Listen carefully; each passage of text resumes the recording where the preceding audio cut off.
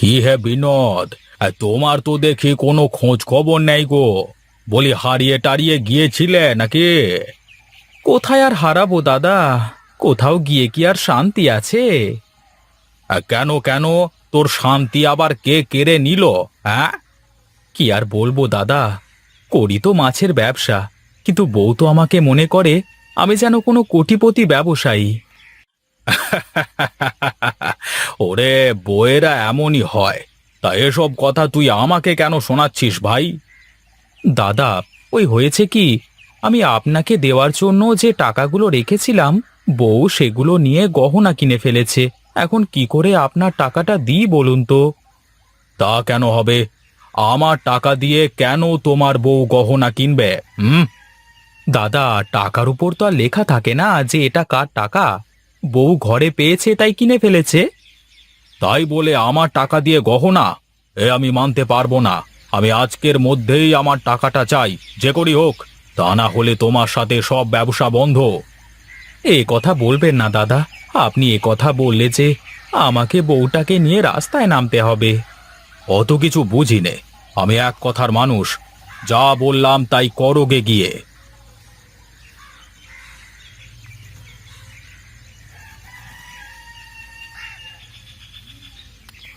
আরে, ওটা বিনোদ দা না? এই দেখি তো। আরে তাই তো, এটা তো আমাদের বিনোদ দা। ও বিনোদ দা, আরে ও বিনোদ দা। কি রে জগাই, তুই? হ্যাঁ গো হ্যাঁ, আমি।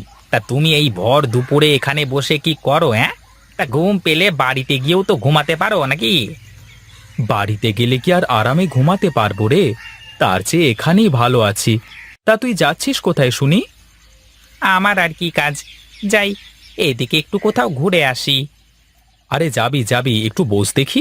দুই ভাই মিলে একটু গল্প করি। ঘুম তো ভেঙেই গেল।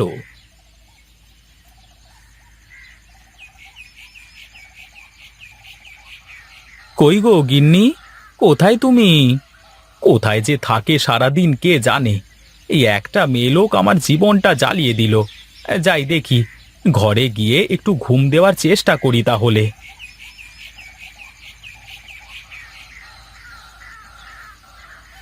বাহ বাহ বাহ বাহ বাহ বাহ! আমি এত সময় ধরে বাইরে দাঁড়িয়ে তোমাকে ডাকছি, আর তুমি ঘরের মধ্যে বসে বসে সাজছো। কি আর করব, দেখলাম তুমি ডেকে ডেকে যখন না পাবা তখন তো ঘরেই আসবা, তাই চুপচাপ আমার কাজ করছিলাম। দেখো তো আমাকে কেমন লাগছে। খুব সুন্দর, খুব সুন্দর লাগছে গিন্নি তোমাকে। কিন্তু আমাকে বলো তো, এত সাজুগুজু করে তুমি এখন কোথায় যাবে?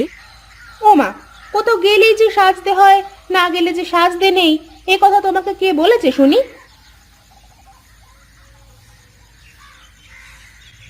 না রে বাবা, আমি এর আগে তো কখনো দেখিনি যে একটা জেলের বউ সারা দিন সাজগোজ নিয়ে পড়ে থাকে। আমার জীবনটা শেষ হয়ে গেল রে।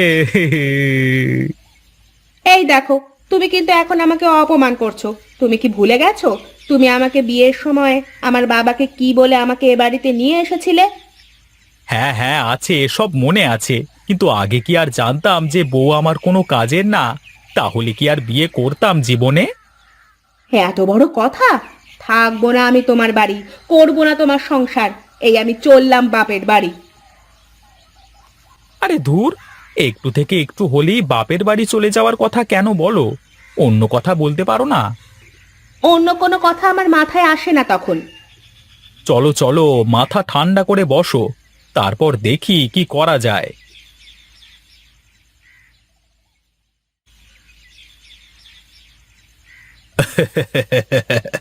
দেখ দেখ রামু, দেখ চিংড়িগুলো কেমন তাড়াতাড়ি বড় হচ্ছে। তাই তো দেখছি বাবু, কিন্তু আমার কি মনে হয় জানেন? তোর আবার কি মনে হয়? এবারে ঘেরের চিংড়িগুলো বোধহয় আপনার কপালে নেই কো। কেন কেন, এ কথা বলছিস কেন? কেন আবার, বর্ষাকাল চলে এসে তারপর আবার ঘেরের পানি বেরিয়ে যাচ্ছে। যদি ভারী বৃষ্টি হয় তাহলে তো ঘর ভেঙে সব চিংড়ি সারা মাঠে ছড়িয়ে পড়বে। তা তো কথা মন্দ বলিসনি রামু। তাহলে কি করা যায় বলতো দেখি। আমার তো তেমন কোনো বুদ্ধি নেই কো, তবে আপনি বললে আমি ভেবে দেখে আপনাকে কইব। বেশ বেশ বলিস তাহলে। নে এখন চল, আমার আর দাঁড়াতে ভালো লাগছে না।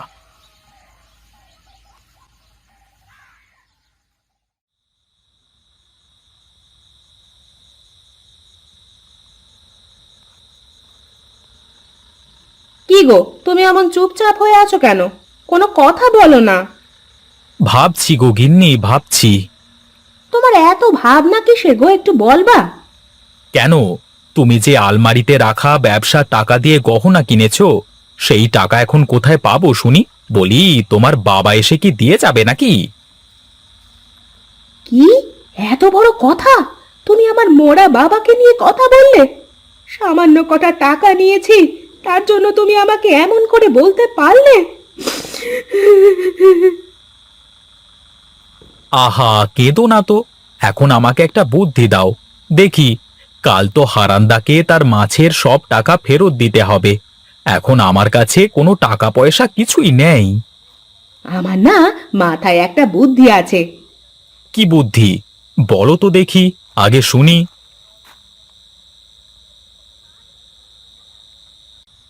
আরে বাহ, এই না হলে তুমি আমার গিন্নি!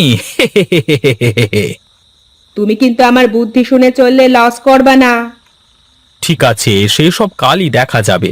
তুমি তাহলে এক্ষুনি ঘুমাও, আমি গিয়ে আমার কাজ সেরে আসি।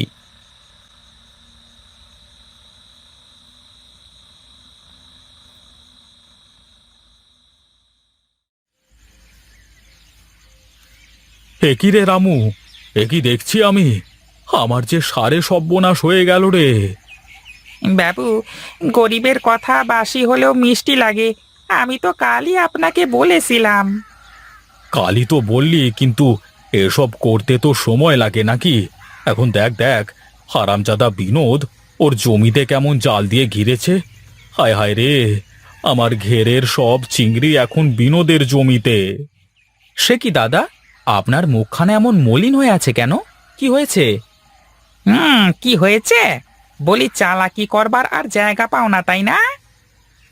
দেখেছেন দাদা, আপনার সামনে কেমন আমাকে কথা শোনাচ্ছে। কথা শোনাবে না তো কি করবে শুনি? তুই চালাকি করে আমার ঘেরের সব চিংড়ি তোর জমিতে আটকে রেখেছিস। কি যে বলেন! কি হলো? আমি হাসির কি বললাম যে তুই আমার কথা শুনে হাসতে শুরু করলি? আমাকে কি তোর জোকার মনে হয় নাকি? না দাদা, তা কেন হবে? আমি কি আপনাকে তা মনে করতে পারি বলেন?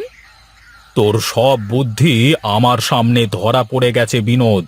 তুই আজকের ভেতরে আমার সব টাকা দিবি, তা না হলে কাল সকালে আমি তোর বাড়িতে গিয়ে তোকে ঘাড় ধরে বাড়ি থেকে তাড়িয়ে দেব, এই বলে দিলাম।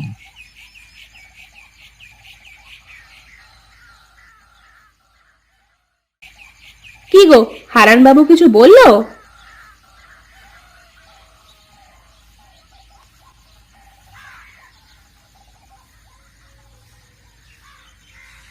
ওগো, কি হলো? বলো না কেন কিছু। কি আর বলবো, হারানবাবু বলল আজকের ভেতরে মাছের সব টাকা না দিতে পারলে কাল সকালে লোকজন নিয়ে আসবে, তারপর আমাদের বাড়ি থেকে ঘাড় ধাক্কা দিয়ে বের করে দেবে। আমার মাথায় আর একটা বুদ্ধি আছে, তুমি যদি শোনো তাহলে বলতে পারি। তোমার কথা শুনেই তো আজ আমার এমন দশা, এখন আবার নতুন করে বুদ্ধি দিতে চাচ্ছ? শোনোই না একবার আমার কথাটা। এবার যদি কাজ না হয় তাহলে আর কখনো তোমাকে আমার কথা শুনে চলতে হবে না। ঠিক আছে, এবার তাহলে আমি গিয়ে দেখি কোনো কাজ হয় নাকি।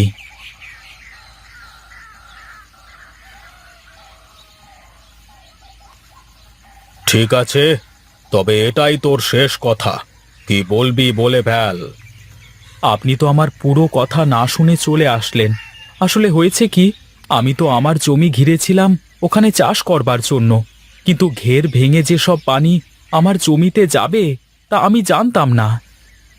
এই মোদ্দা কথাটা কি বলতে চাস, খুলে বল তো দেখি।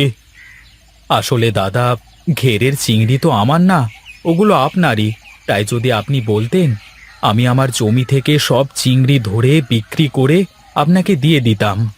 সত্যি বলছিস তুই? আমার তো বিশ্বাসই হচ্ছে না।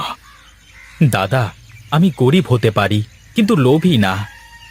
তুই সত্যি খুব ভালো ছেলে রে বিনোদ। আমি না বুঝে তোকে বকেছি। এখন থেকে তুই আমার সাথে এক হয়ে ব্যবসা করবি। আর হ্যাঁ, এখন থেকে তোর জমি আমার ঘেরের সাথে জুড়ে বড় করে ঘের বানাবো। ঠিক আছে দাদা, এত বড় ঘেরে যদি আমরা চিংড়ি চাষ করতে পারি তাহলে তো লাভ আর লাভ শুধু। কিন্তু তার আগে এবারের মতো যাতে ঘের না ভেঙে যায় তার ব্যবস্থা করতে হবে। আপনি কিছুই চিন্তা করবেন না দাদা, আমি সব ব্যবস্থা করে ফেলবো। এখন তাহলে আমি যাই।